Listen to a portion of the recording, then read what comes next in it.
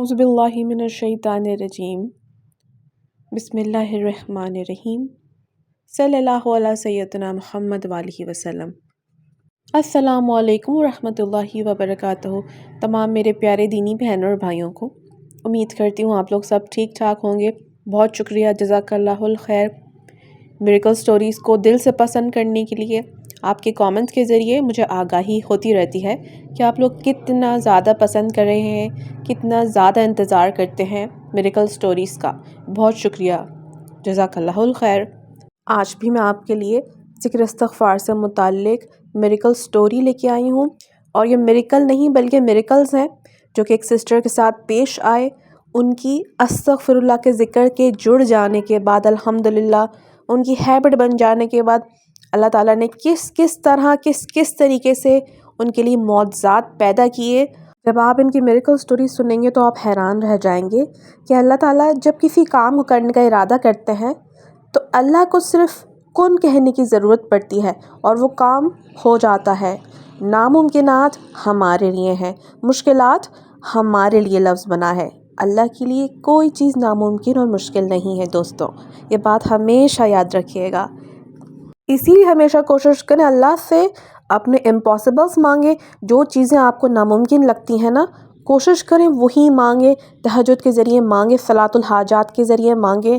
جب آپ ان سسٹر کی کہانی مزید آگے سنیں گے تو آپ کو آئیڈیا ہوگا کہ یقین انسان کو کس قدر نعمتوں سے، دعاؤں کی قبولیت سے نواز سکتا ہے۔ یہ یقین ہی ہے جو انسان کو زندگی کے مشکل سے مشکل راستوں اور راہوں پہ سے گزار کے لے جاتا ہے اور آخر کار اس کی منزل کے سامنے اس کو لا کے کھڑا کرتا ہے۔ یقین جانیے یہ صرف اور صرف اللہ کی ذات پر یقین ہے، اللہ کے وعدوں اور اس کے کلام کے سچے ہونے پر یقین ہے۔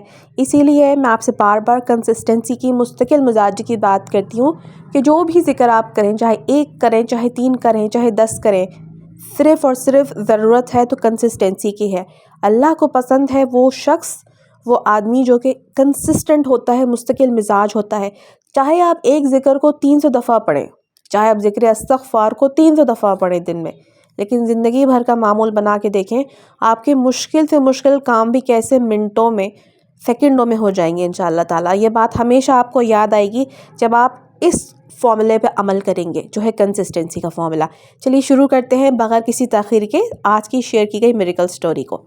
جس طرح میں نے کل آپ کو آگاہ کیا تھا کہ استغفار کے ذکر کے ساتھ جو ہے ریپیٹیشن جڑی ہے، یعنی جو لوگ مجھے ذکر استغفار سے متعلق میریکل سٹوریز شیئر کرتے ہیں، ماشاءاللہ وہی لوگ ہیں جنہوں نے مجھے بار بار آگے آنے والے نیو میریکلز کے بارے میں بھی بتایا ہے۔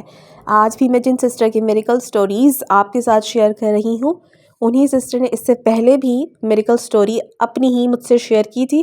آج انہوں نے مزید ہونے والی زندگی کے میریکلز ہم سے شیئر کیے ہیں۔ چلیے شروع کرتے ہیں۔ سسٹر نے لکھا ہے، السلام علیکم سسٹر رابعہ۔ وعلیکم السلام۔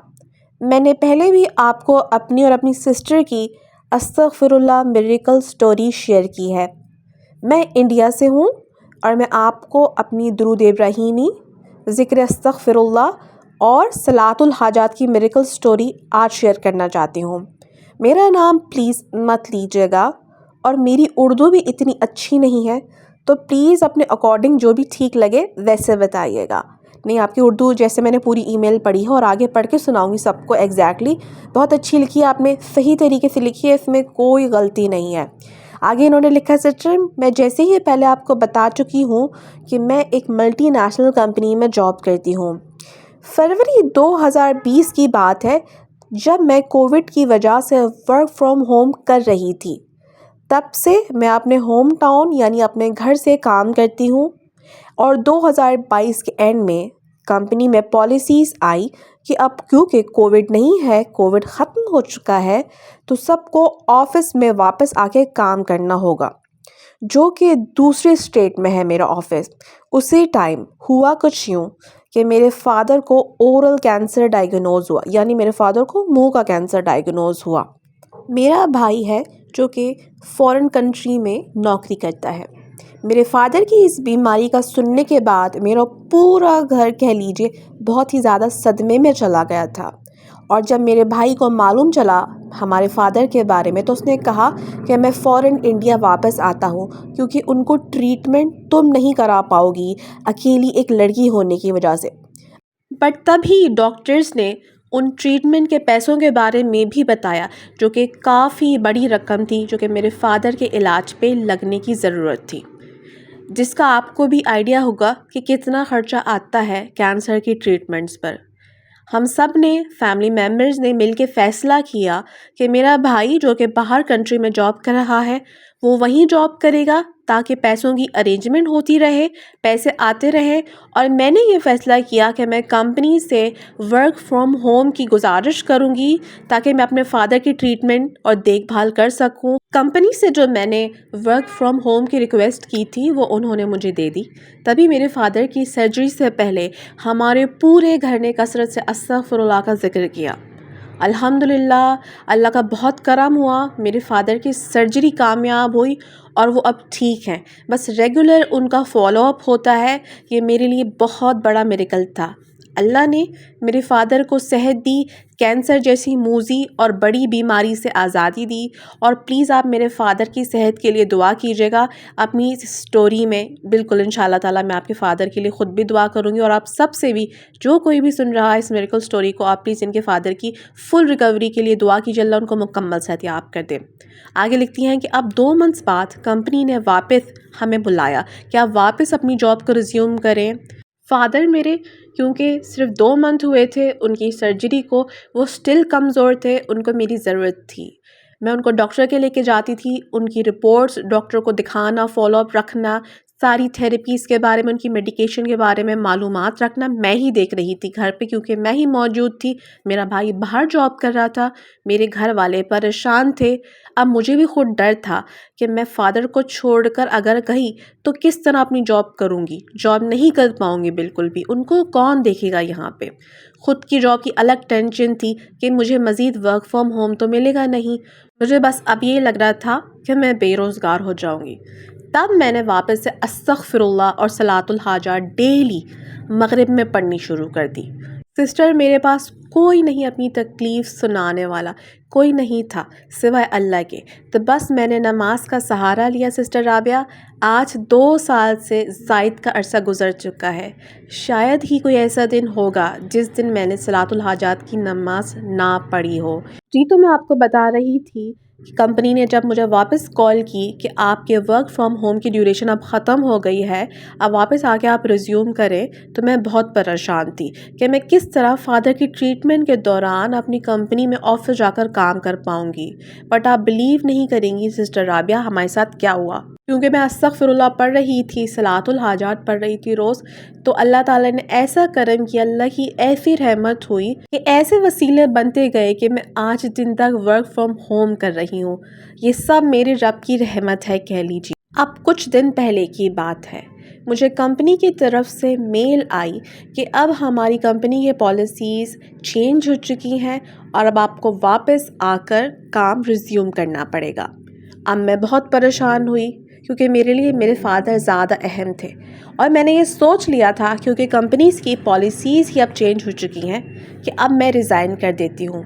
سسٹر رابعہ، اس موقع پہ بس میں نے آسمان کی طرف دیکھ کر روئی اور یہ کہا کہ اللہ آپ ہیں نا، مجھے پتہ ہے یہ وقت بھی آپ سنبھال لیں گے، اور میں درود ابراہیمی پڑھنے لگی۔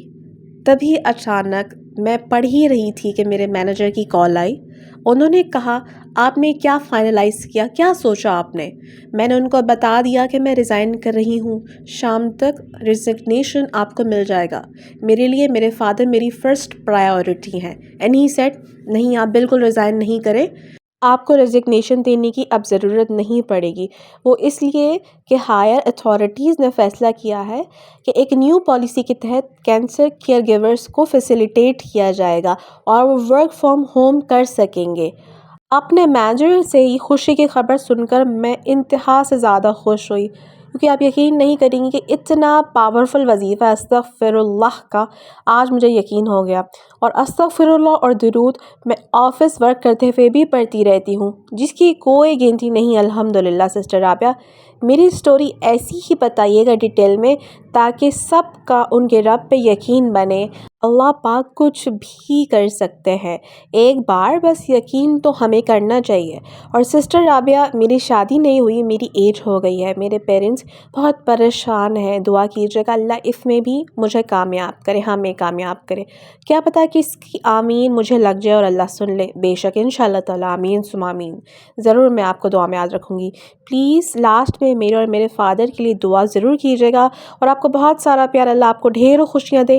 آج آپ کے ہی چینل کی وجہ سے میرے اللہ نے چاہا تو میں استغفر اللہ اور درود پاک پڑھ رہی ہوں، ماشاء اللہ تعالیٰ۔ دیکھیے میں ایک صرف چھوٹا سا وسیلہ ہوں، اللہ جسے چاہے وسیلہ بنا دے، ٹھیک ہے؟ یہ تو اللہ کا کرم ہے میری ذات پر، اور میں یقین کریں ایک چھوٹا سا وسیلہ ہوں آپ سب کے لیے، اور اللہ سے میرے لیے بھی دعا کیا کریں۔ جس طرح میں بے لوس اور دل سے آپ لوگوں کے لیے دعا کرتی ہوں، اتنی ہی دل سے دعا کبھی بیٹھ کے میرے لیے بھی ضرور کیا کریں، جب بھی میری یاد آئے میرا نام لے کے، میری فیملی کے لیے، میرے ہسبینڈ کے لیے خاص طور پر۔ میری کوشش ہے، میرا وعدہ ہے، جب تک زندگی ہے آپ لوگوں کے لیے اسی طرح موٹیویشن بنتی رہوں گی۔ اپنا خیال رکھیے گا، دعا میں یاد رکھیے گا۔ جلد ملتی ہوں ایک اور موٹیویشنل سٹوری کے ساتھ۔ ٹیک کیئر، اللہ حافظ، فی امان اللہ۔